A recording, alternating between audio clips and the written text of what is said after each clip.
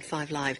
Now, we talked in the first hour of the programme about police targeting university campuses because of fears about extremism. There are also concerns this morning that radical groups, like Hizb ut-Tahrir, for example, are grooming British Muslim women to carry out suicide missions. Hadiya Masieh is a former member of Hizb ut-Tahrir. Under their influence, she says she tried to radicalise other women, but she's now part of the National Muslim Women's Advisory Group and works to educate people who fall under the influence of such groups. And Houriya Ahmed is a researcher for the Westminster-based think tank, the Centre for Social Cohesion. It studies radicalisation and extremism in the UK. Hadiya, tell us what happened. Tell us when you first started to think it might be a good idea to join these kinds of groups. I just need to make a correction quickly. HT doesn't actually groom suicide bombers. They are a non-violent group. Nevertheless, they do have very angry sentiments towards certain foreign policies, and they also want to establish one Islamic state through so-called non-violent means. But I do want to say they are quite, they do share the sentiments of various jihadi groups. But when you say so-called non-violent means, what do you mean? Is it non-violent or isn't it? Okay, fair enough. They are non-violent. They don't promote violence. But at the end of the day, if you are promoting very angry sentiments, it's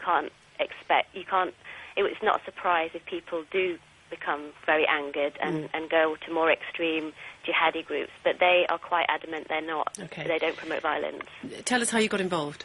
I was on university campus. I was interested in politics. I was quite fueled by some of the foreign policy issues. Which university was it?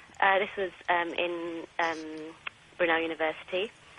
And I also wanted to know about Islam. So HT were the only group that were talking about Islam and politics. So it was, it was both subjects that I was very interested in. What were your political views at the time of, for example, things like the war in Iraq or the West's attitude to I felt Islam? very much that the Muslim world were having a hard time through various foreign policies, and especially within Palestine and Bosnia issue, Chechnya issue, all of those things were mounting up. And I had a lot of questions going around in my head at 18 years old. And these guys seemed to offer quite a plausible answer. You were with them for a long time, weren't you, for 10 years? Yes, I was. And you became you had sort of leadership responsibilities. Yeah, I did. I got very involved. I was quite passionate, sincerely believing that this was, they had the answer, the way forward to peace and humanity. And I was just sold something that I felt at the time was flawless, and they sold it in that way, that this was something that is going to work and is the only way forward. When did it change for you?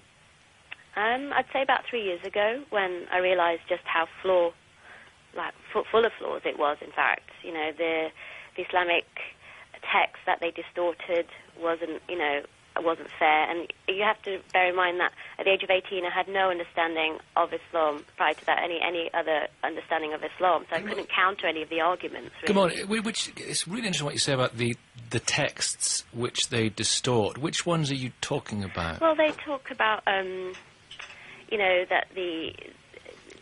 it's the hadith, which are the sayings of the Prophet Muhammad, and they're easy to kind of make up, and they're not always authentic.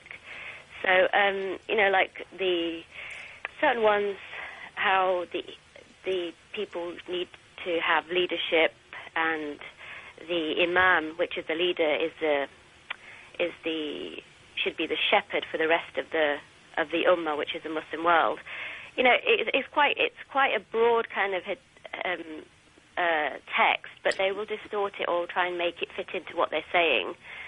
It's quite in depth. I can't really go into all the various texts right now. But you've said nothing to suggest that they were, encouraging you to be violent in any way. No. So did you just tire of it, Hadiya? That's right. Yes, it was very tiresome, and I just became very disillusioned by the whole thing. We'd go to different talks, we'd go on university campuses. We were very active within our community, and a lot of people shunned us. But eventually, sometimes people did latch onto the message. Let me just bring in Houriya Ahmed, who researches radicalisation and extremism in the UK. Hadiya's case is interesting, isn't it? She was looking for some knowledge and a community in which to operate. How typical is that of radicalisation to begin with? a sense of belonging is important if you're going to do anything for someone. I think Hadiya's case is very interesting. Yes, I mean, a lot of women who do usually get involved with radicalized groups, such as Hizb ut-Tahrir, are often quite community-based. They do a lot of community grassroots work. So, for example, you have people who believe in a Hizb ut-Tahrir ideology, who teach in schools and teach Hizb ut-Tahrir's ideology, for example. They also do they open a lot of stalls, they have women's circles. So, I mean, it is quite a community-based organization. But there is something that I think is important to add. Though Hizb ut-Tahrir is not a terrorist organization, its ideology is violent in the sense that it has promoted, for example, hijacking of Israeli planes and killing all civilians on board. It wants to achieve an Islamic state based, on the concept of a so-called Muslim global political ummah.